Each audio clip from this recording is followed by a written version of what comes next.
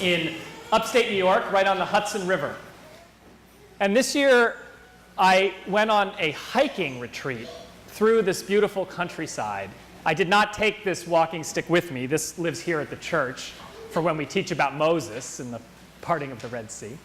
But I had a stick not unlike this one. It had a little more bark. This one's bark is pretty much gone.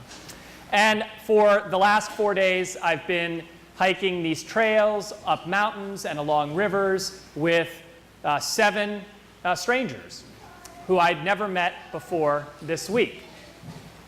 Each of us was very different. Each of us had different skills. Each of us had different levels of ability when it came to hiking. And if you've ever hiked in a group before, perhaps you have. Excellent. Very good. Thank you for raising your hand. If you've ever hiked in a group before, you've probably had that experience of in your first hour of the hike, you kind of start to spread out along the trail, and some are racing up at the front, and others are pretty far in the back, just doing the best they can to try to keep up. And that's pretty normal. When you hike with the same group of 8 people for 4 days in a row, though, you begin to realize that because people have different capacities for hiking and different skills and different levels of fitness, you have to communicate a little bit about what you're going to do next in your hiking journey. And what I thought was really wonderful about this week of hiking is that though we had a pre-programmed agenda, we'd made a plan to do these 5 different trails over the course of the week, including one that was fairly strenuous that involved a significant elevation gain. It became clear that each of us who was on the trip needed some kind of special accommodation as we went through the week. So one person, for example, was quite overweight and just couldn't move very fast on the trail. And she really wanted to be there, she really wanted to hike, but she knew, it just was clear she wasn't going to be able to do this big hike that we had planned for Thursday. And another person who was on the trip, on this retreat, she was a little different because she was in the group, but she wasn't Christian. She was a friend of someone else who had come on the retreat. And so the prayers and the exercises and the readings that we did for spiritual inspiration and guidance as we took these hikes had to be modified a little bit so that this person could feel included and could feel as though they were also part of the group. I myself needed a special accommodation because I hadn't planned to go on this hiking retreat. When I showed up, I saw there was a group going hiking, and I thought, I love to hike. Maybe I could go. I didn't have boots. I didn't have water bottle. I barely had shorts, and it was very warm. And people found an extra pair of boots for me. Someone loaned me their water bottle. I carried someone's pack, and they gave me their water, and we made it work. Over the course of the week, the group made room for each of the 8 of us in all of our uniqueness and all of our specialness and all the ways that we needed to be accommodated. The community was forming, and we made room for each other. Today is Trinity Sunday. It's the day we celebrate the mystery of the Father, the Son, and the Holy Spirit. This is one of the most impenetrable theological mysteries in all of the church, right? Why do we speak about God as Trinity? Why isn't one enough? Why do we need 3? We speak about God as 3, Father, Son, and Spirit, because we speak of a God whose very nature is to be a community of love. Our God is not a solitary individual, old man or otherwise, living out behind a cloud with a long beard, pulling magical levers to make things happen in the world.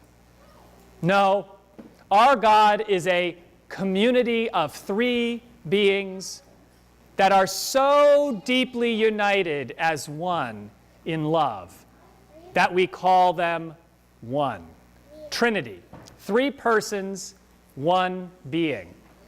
And if you just think about it for a second, what kind of a God would you rather pray to? A God who is so distant, so singular, so removed? A God whose inherent quality is to isolate God's self? Or a God whose very essence is relationship, whose very essence is love, a God who cannot be spoken of outside of the community of the three persons, Father, Son, and Spirit. To me, when I think about how I experience life in the world, it's in relationship, it's in community, it's in these experiences of deeper encounter with each other. That's when I feel the most spiritually alive, is when I'm in some kind of deep relationship with another person or another group of people. Theologians have a word for this in describing the Trinity. It's a big Greek word called perichoresis, but here's what it means. It means that the three persons of the Trinity make room for each other. That's my favorite of all the translations.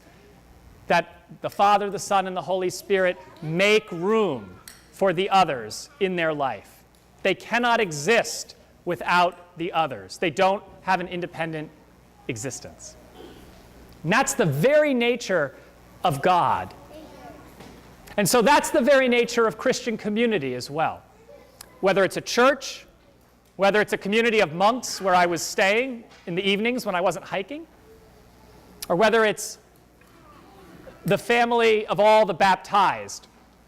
And today we welcome Caroline into this family of love, this family of God's own creating in the image of God. We are made in the image of God. This means we are made for relationship. We are made to be in love with each other.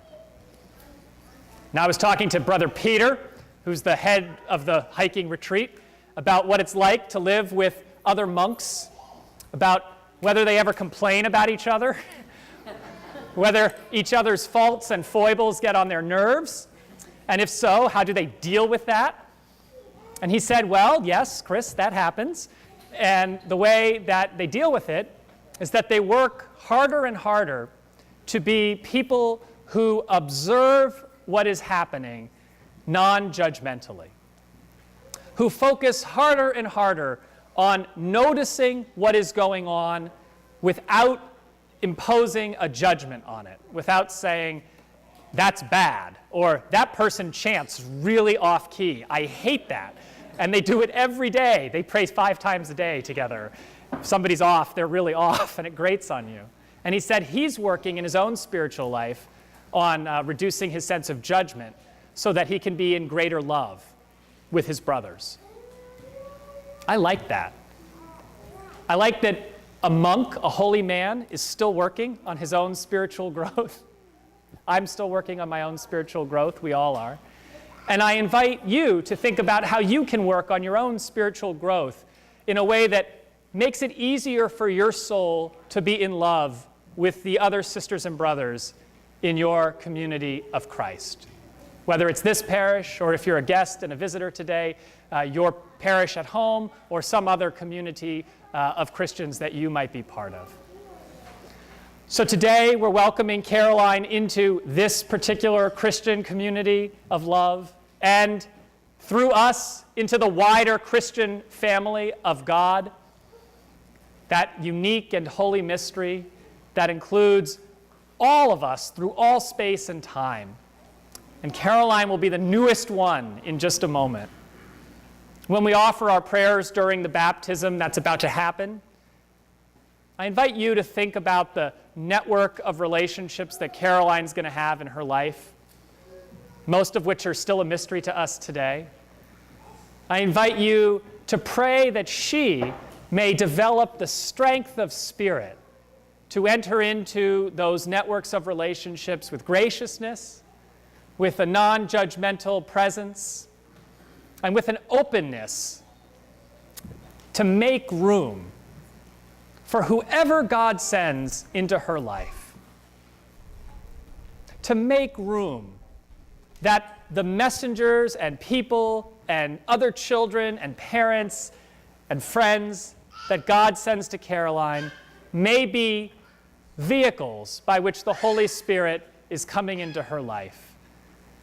And to know that those communities over time will make room for her as she develops into the fullness of being that God has made her to become.